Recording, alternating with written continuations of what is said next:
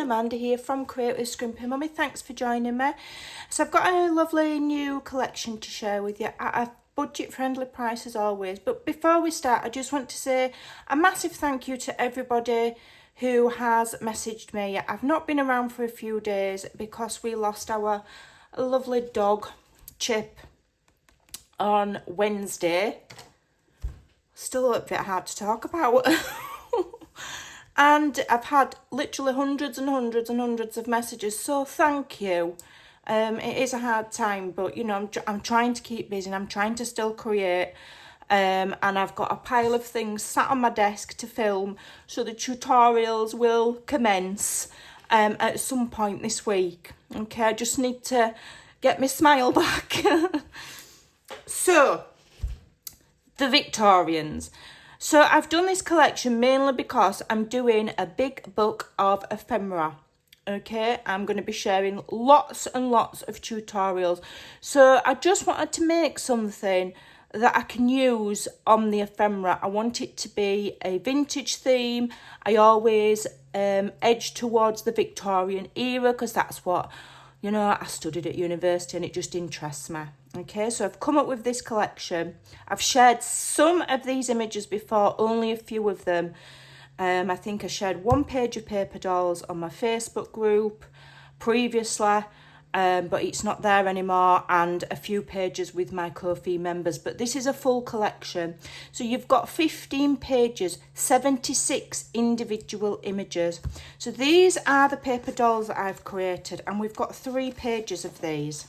Okay, all different. We've got, you know, gentlemen and ladies.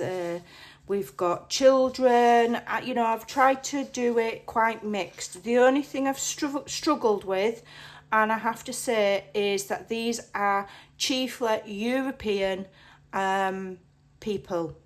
Because that is just the easiest images to find. So it's not necessarily very ethnically reflective, you know, of different cultures and whatever have you. They are mostly European, so I'll apologise in advance for that.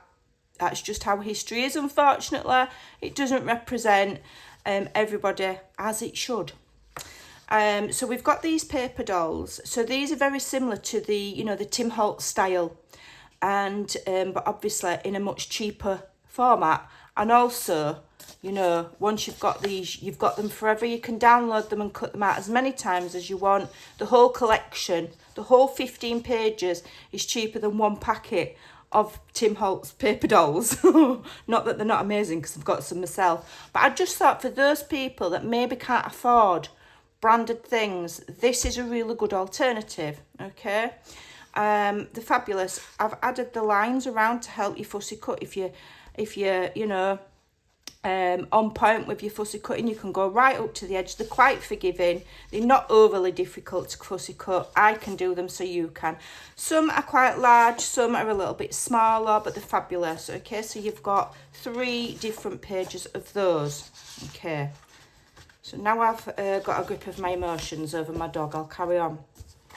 Then I've put some in some vintage frames, some pictures in some vintage frames, and again I've given you the lines to cut out really simply. These are just going to be awesome making ephemera. Then you've got some frames that you can cut the windows out of, so you could put whatever picture you wanted behind them. Here's what an example of what I did with them. So I cut the hole out, I put acetate behind, and then I've layered some of the paper dolls up and some other bits and bobs of ephemera and created this. And then obviously, you know, you can make pockets out of them and slide tags in, and you can see through. You can make flips. I've done all sorts with these. You do have a tutorial on it, but you know, it's pretty simple. The concept's there. I'm sure you could work that out without a tutorial, but I will be making more of these and using these in my big book of ephemera. So that's those, and then I've found some more. So you've got 2 pages of those ornate frames. And cutting out the centre bit, you know, I've chosen ones that aren't too ornate so that you can cut them out easily with scissors or a craft knife. Then we've got some little smaller photos which I thought would look good on like Polaroids or something like that, because they're near enough square, but they're fabulous. Really, really lovely. Then we've got some cabinet cards. So that is the actual back to that one. Okay, so these are genuine vintage ones that I found down the rabbit hole of archives. So these are all genuine vintage images. So they're all true vintage, okay? Now, if you're to buy real cabinet cards, they can be pricey. So again, the idea of doing digital ones is that it's, you know, it's affordable and accessible to everybody. And obviously, once you've got them, you can print them out as many times as you want and use them forever and a day. So here we've got we've got this lovely lady here, and you can see all of the back there. I think that's actually either Swedish or German. I'm not sure, or Austrian, one or the other. I'm not multilingual, unfortunately. Then we've got one here. This is an American one, and I believe this little girl's on her first communion. And we've got this cute little guy here from Amsterdam. How cute. Okay, and then we've got some more cabinet cards here and a lovely picture. And here again is another cabinet card. Now, cabinet cards are actually quite large in their true form. I do have some genuine ones in my collection, and they are quite large. So if you don't want them this big, you can always print 2 to a page and you'll get them smaller, obviously. Here, I just love this picture. These cheeky little boys. It might not show up on camera, but there's a little gang of little boys. They don't look any older than about 3 or 4, and they're just cute. So I've tried to get all different things. And then here's a lovely family, obviously aristocracy, obviously well-to-do. Whereas these little boys just look like your normal little boys that you see running around on the street, playing football or whatever, hedge hopping. We've got another little girl here, which I should imagine is in a communion dress. And that's actually a postcard. So you've got the back side, and all of the cracking and the ripping there and the embossing is all original to the photo. You know, I've not added it. That's genuine. And then we've got, I think this is a princess, a European princess. Then we've got a lovely little boy here. I think it's a boy. It could be a girl. You can't tell with vintage photos because they often dressed boys in girls' clothes. And yeah, especially if they were royalty that dressed them like girls. Queen Victoria did anyway. So anyway, I'm rambling. This lady here has got her cat. I think I did find some images of people with dogs, and there was one really lovely one, but the lady had a fur coat on, so I didn't want to use it. So I don't like the idea of fur coats, although in those days, you know, it wasn't a seen as a bad thing, was it? But today, you know, it's not good, so I didn't put it in. We've got another collection of children here, all having the family portrait done. This little girl here in a winter coat. Wedding. These little, I think the twins, they're very, very similar. One looks slightly smaller than the other. There might be an age gap, but to me they look like twins. And then we've got another very well-to-do lady there. And then here we've got some sort of sailor boy. Doesn't look very old. More beautiful cabinet cards with the genuine patina on. I've tried not to alter them too much, although I've brightened some of them up because they were quite dark. And then we've got our Victorian gentleman. This here is actually Charles Dickens, looking very grand there at his writing desk.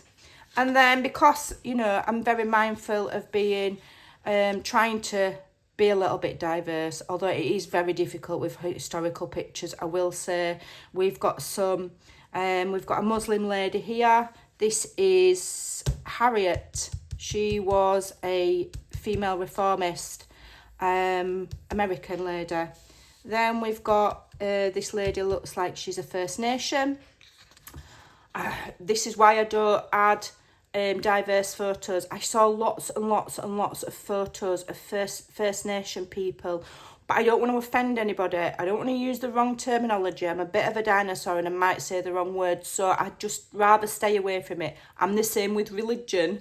Try and stay away from religious images as well. And then I believe this is a Princess of Montenegro. So yeah, and then we've just got some more lovely beautiful vintage images here. This lovely little girl. Could be a boy. But I like this one with the mother reading. to the child, because they do have us believe when you taught Victorian history that they didn't hold any value to the children. You know, children were just seen and not heard, not really loved or cared about, bit of an inconvenience but necessary. And you know, when you're looking through the history book, when you're looking through social history and you're looking through photographs, you know, there's lots of evidence to suggest the complete opposite. And not just for, you know, this is obviously upper class aristocracy, well-to-do people, and not just with well-to-do people, but also with the lower working classes as well. Lots of evidence to suggest that children were very valued and very loved. I'm waffling again. So you've got 76 different images there to add to your collection. You can just cut them out and use them as ephemera. I've done them on lightweight cardstock.